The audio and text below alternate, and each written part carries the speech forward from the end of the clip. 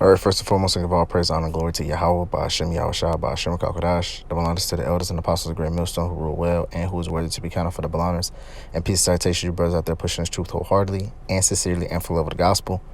Mr. Brother Gabaria from the Indiana camp, come back again with another sit down to basically talk about you women don't have as much power as you think. All right. Now, what basically inspired this video is I was watching the Elder Apostle Tahar this morning.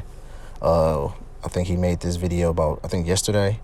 What was the video about? He was basically just going into I was watching it. I was going into work and I was watching it. He was basically going into what's his name? Captain Tazariak. Matter of fact, it was called Grape. If you can read between the lines, you can read between the lines. But grape is in the Bible. All right. It was that video. I was watching it and he was talking about Captain Tazariak and he was going into it and but he had made a mention about the Numbers, the 30th chapter, and talk about if a woman makes a vow unto the Lord, but if her husband or her father hears it, he can disannul it. I was gonna go into there, and it sparked in me. I'm like, wow, that just show it goes. That these women, that's just another hit on these women don't have as much power as they think, because in this day and age right now, this day and age that we live in, you have certain groups out there who thinking a women is equal or it can even surpass a man. All right. And that's completely contrary against the scriptures, man. All right. Woman,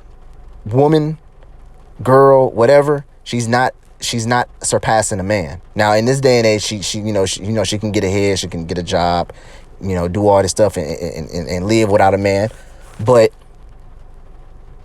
if this society wasn't wasn't backing her up, she would be completely helpless out here, man. Just like I was talking, I was just working at this factory. I was talking to a Nigerian guy, and he was saying, man, they don't have certain benefits. The government doesn't give the women benefits and child care and fucking child supports. That's not over there, man. That's not over there where the fucking woman is getting child support or gets food stamps or gets what's the shit called a WIC. She doesn't get all these benefits that these women do in America, man. So them women out there, if they get pregnant and the dude leave, then that's on them. Now, I'm not saying that's right, but that's on them. That's on them. They have to take care of that baby. They have to take care of that baby, and the government's not gonna help them. All right. So that's why the women over there, they're still demons. I'm not saying that, the women, but they still have some type of humility about them because they understand how important a man is, man. But these women over here, they're completely fucked, man. They think a man is more of a liability than an asset, man. Which a man to a woman is the biggest asset she can have, man, because that's her whole protection. That's actually her way of life, Because if she doesn't have a man, then guess what? Anybody can come and literally take advantage of her. That's why you see women out here that live in by themselves or whatever. What? Them must be the most hoes, man. Them be the biggest hoes. Yeah, they know how to pay bills, get their house straight and everything, but them be the biggest hoes. They be having 30, 40, 50 bodies that year. Because they don't have nobody to how can I say, they don't have nobody to fucking, it escaped me, but they don't have nobody to protect them. All right. So anybody can just go up in it. If a man will walk up to a woman's house and she was the only one there, he can completely take advantage of her, man. Whether she got a gun, whether she did, I mean, yeah, a gun probably is gonna save her, but guess what? After so many bullets, then guess what? You gonna be ass out. The only person who can give a man a challenge is another man. All right. That's why in the scriptures, in the Bible days, the daughter or the woman was to stay with her father until time of marriage. Then when it's time of marriage, then he will basically sell his daughter to the man that he chooses. All right. And then that man becomes that man's wife. All right. And she is to do whatever that man says. As it says in the book of Genesis, it says what? Your desire shall be towards your husband and he shall rule over you, man. All right. So whatever that man wants, whatever that man says, you should do it. No questions asked, man. All right. So So without further ado, I'm going to hop straight into the scriptures. This is Numbers chapter 30 and verse 2. It says, if a man vow a vow unto the Lord, or swear an oath to bind his soul with a bound, it says, he shall not break his word. He shall do according to all that proceed out of his mouth. All right, no problem. Verse 3, if a woman also vow a vow unto the Lord and bind herself by a bound, being in her father's house in her youth, and her father hear her vow, and her bound whetherewith she have bound her soul, her father shall hold his peace at her. Then all the vows shall stand, and every bound within she has bound her soul shall stand. But if her father disallow her in the day of the hearing, not any of her vows or her bounds wherewith she stand, it's like wherewith she have bound her soul shall stand, and the Lord shall forgive her, because her father disallowed it. See, so if a woman says she's not going to do something, or she's making a vow to the Lord, or she bounds herself, if the father or the husband says, no, you're not going to do that, I'm not finna have you do that, then guess what? The Lord will actually forgive her, saying, all right, you're not, I'm not going to require you to do that. But if a man does it, if a man says, hey, Lord, I'm going to do this, I'm going to do that, I'm not going to do this, I'm not going to do that, I'm going to vow a vow unto you, and I'm going to keep it in such and such, then that man is to keep that vow. That man is to keep, what he said. No one can disannul, no one can disannul that, man. Not another man, not that man's father, not that man's mother, nobody. But if a woman does it, and she stays with her father, and her father hears it, and he said, no, you're not finna do that, then the Lord is gonna pardon her. Basically, the Lord's not gonna require her to do that, because why? Her father didn't allow it. All right, and the Lord respects that. If her father didn't allow it, the Lord respects that. And the same thing with her husband. So if she vows a vow unto the Lord, and the husband saying, no, you're not finna do that, no, you're not doing that, then guess what? The Lord's gonna respect it, and he's gonna pardon her for that, man. All right, so that shows you that even so, because you got a lot of women out there and say, oh, I put God above everything, God before everything. Well, technically, your man is supposed to be your God. Your man is supposed to be your Lord. You're supposed to follow him. All right, you're supposed to do the things that he says to do. Okay, even if he doesn't believe the way you believe. Because the scripture says what? An unbelieving husband is sanctified for the believing wife. Because you don't know. You might actually convert him.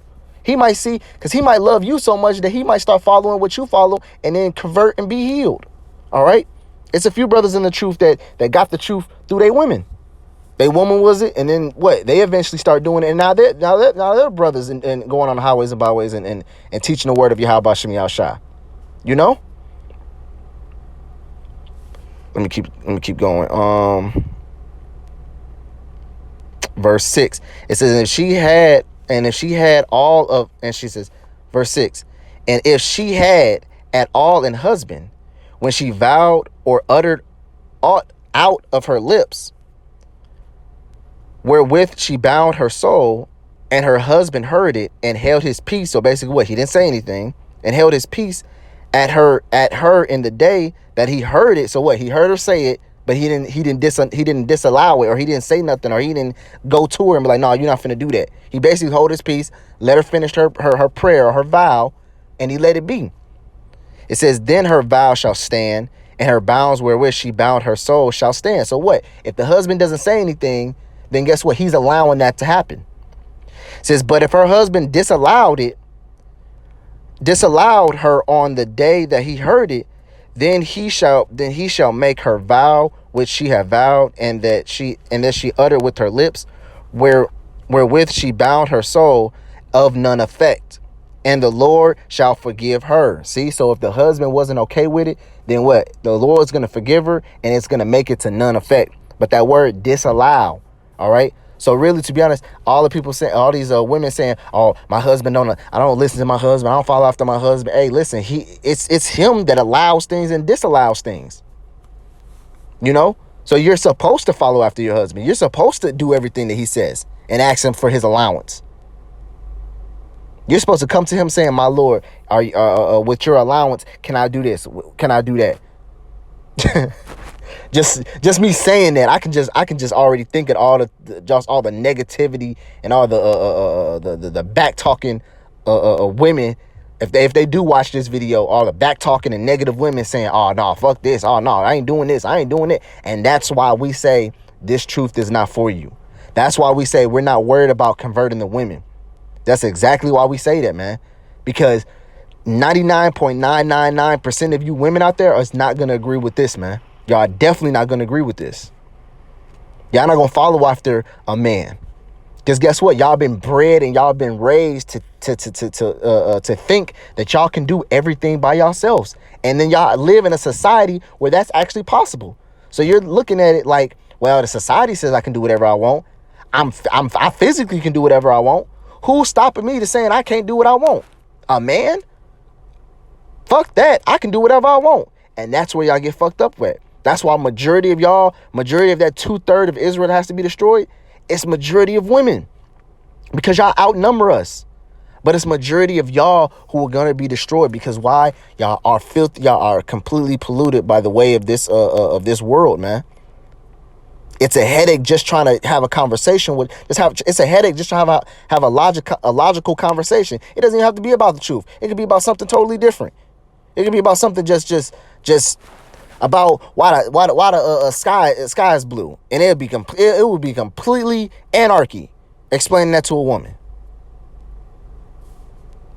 Because one, they don't want to listen, and two, you can't tell them shit. Because as soon as you start telling them something, they be like, you think I'm stupid? I know what to do. I know that. I know that. My daddy raised me this way. And your daddy was a simp and a coon.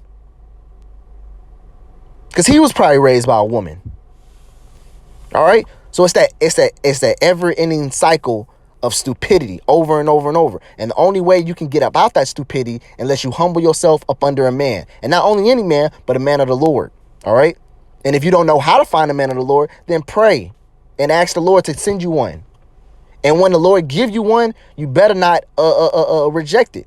Or you better not saying, oh no, he ain't the man of the Lord. I want to try again. Or try to divorce that man. Because the scripture says, if a woman put away her husband and marry another, she committed adultery, man. All right? And she shall surely be put to death. So that shows you. Matter of fact, I'm going to get that. I think it's in Mark, the 3rd chapter.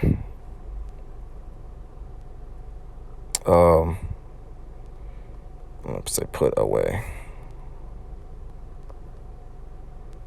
I think it's Mark the 5:11 or Mark something, 10 and 12. That's what it was.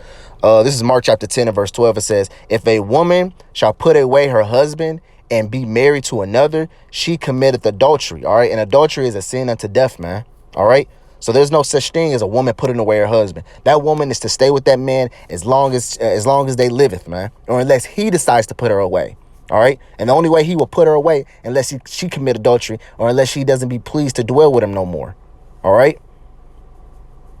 That's the only way a divorce can happen, or unless the man dies. Well, that's not necessarily technically a divorce, but that's she becoming a widow. But she's technically free to go marry if she choose to, But what was I saying? Yeah, so don't ask for a man of the Lord, and then when the Lord sends you one and you don't like what he's doing, you don't like his teachings, or you don't like something about him, and you want to try to go push him to the side and then go try to find another one. All right, that's not gonna happen, man. That's not how the Lord works. All right. So this was just a quick video that I want to make, man, just to prove that you women do not have power, not even according to the scriptures. All right, that you should still be subject unto the man, which I could pull way more scriptures. You got Corinthians, you got Isaiah, you got all types of scriptures that I can prove that the woman is supposed to be up under the man. But when the elder apostle had said that, it just sparked into me. I was like, man, that would be a good video to go into, because for the past few days, it's just been, because I work with all women, and it would be it's just a real irksome of that pride that they have, man, that they really think they're on some type of level, which really, to be honest, they're not. They're feeble creatures that any man on this planet Earth can basically do whatever they want to, whatever. There's not one woman on this planet Earth that could probably go toe to toe with a full grown man, bodybuilder, 7 foot, 8 foot. I don't care how big she is. She is not taking down a man. All right. And I'm talking about size. I'm talking about size and sizing up. Shit, really, to be honest, not even, they don't have to be the same size. I'm roughly around maybe like 5'8", 5'9". I don't even care if the bitch 6'5". She's not.